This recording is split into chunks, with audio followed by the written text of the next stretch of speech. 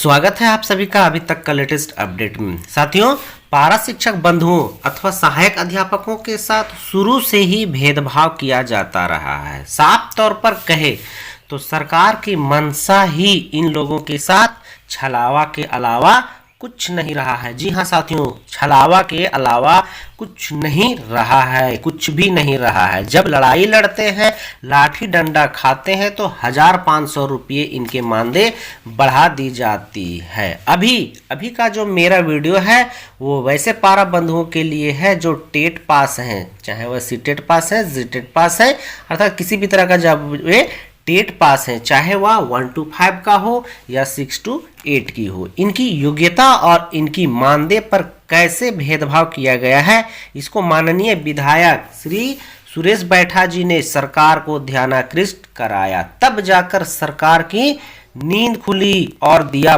बड़ा बयान। क्या है पूरा मामला, वीडियो को बिना स्किप किए समझते हैं। साथियों, जय हिंद, नमस्कार, जोहार। चैनल में यदि नए आए होंगे तो चैनल को अवश्य सब्सक्राइब कर लीजिएगा। वीडियो अच्छा लगे तो एक लाइक कर दीजिएगा और दोस्तों तक भी शेयर कर दीजिएगा, क्योंकि हो सकता है आने वाले दिन में आपको इसके लिए एक और लड़ाई लड़ना पड़े। तो आइए देखते हैं दोस्तों क्या है वीडियो में पूरा। तो जैसा कि आप यहाँ देख पा रहे हैं, एक नोटिफिकेशन एक अखबारों ने प्रमुखता से छापा है कि पारा शिक्षकों को मानदेय देने में त्रुटि समीक्षा होगी। जी हाँ साथियों, रामदास सोरेन है।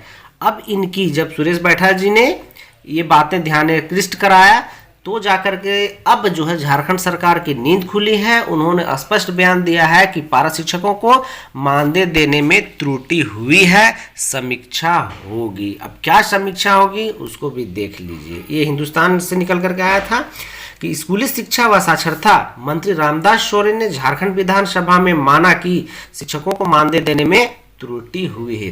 कल तक नहीं मान रहे थे, जब बजट सत्र में इनसे प्रश्न किया गया, इनसे सवाल किया गया तो इनकी नींदें खुल गई है। उन्होंने चलिए, एक बात हमारे लिए अच्छी ये बातें है ना कि कम से कम सरकार की नींद खुली, ध्यान वहां पहुंचा है। क्या है आगे देख लेते हैं कि आगे है दोस्तों कि इसमें सुधार के लिए राज्य सरकार विधि विभाग के साथ समीक्षा करेगी और उसके बाद निर्णय लेगी। समीक्षा तो अब करना पड़ेगा, निर्णय भी लेना पड़ेगा।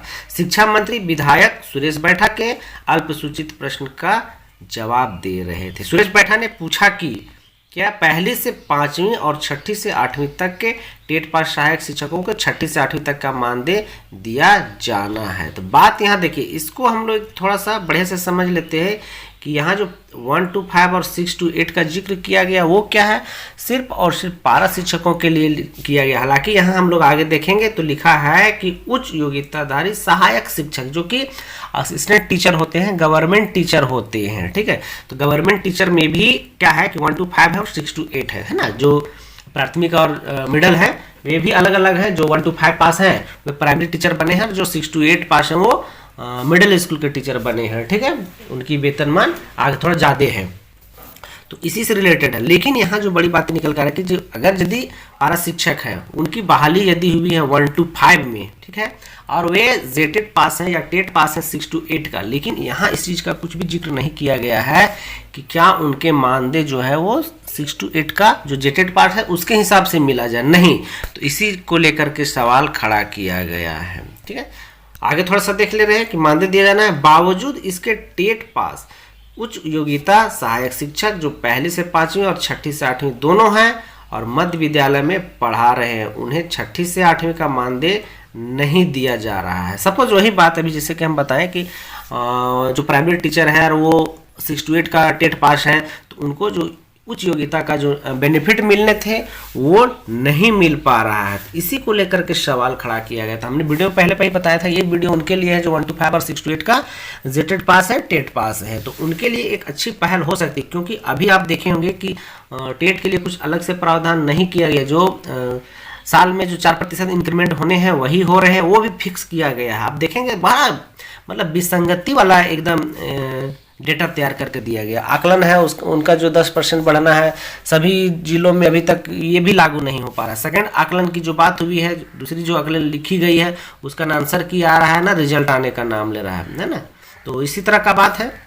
तो इस पर रामदास सोरेन ने क्या कहा उसको देखिए कि शिक्षा मंत्री रामदास सोरेन ने विधायक स्टीफन मरांडी के कन्या उच्च विद्यालय के निर्माण के सफल पर कहा, क्या है, सवाल पर कहा कि पहले बालिका विद्यालय था लेकिन बाद में, चलिए इधर हमारा मैटर नहीं है, ठीक है। तो इसमें जो मेन मैटर था हमारा कि ये, सॉरी, ये जो है कि त्रुटि होगी। अब इनकी जो है फाइलें जाएंगी, फिर से जो टेट पास हैं उनकी फाइलें जाएंगी, फिर इन पर एक नियमावली बनेगा कि जो टेट पास हैं, है ना, 6 to 8 का 1 to 5 में बहाली और 6 to 8 का पास है, तो क्या है इनके मानदेय और कितनी बढ़ानी चाहिए।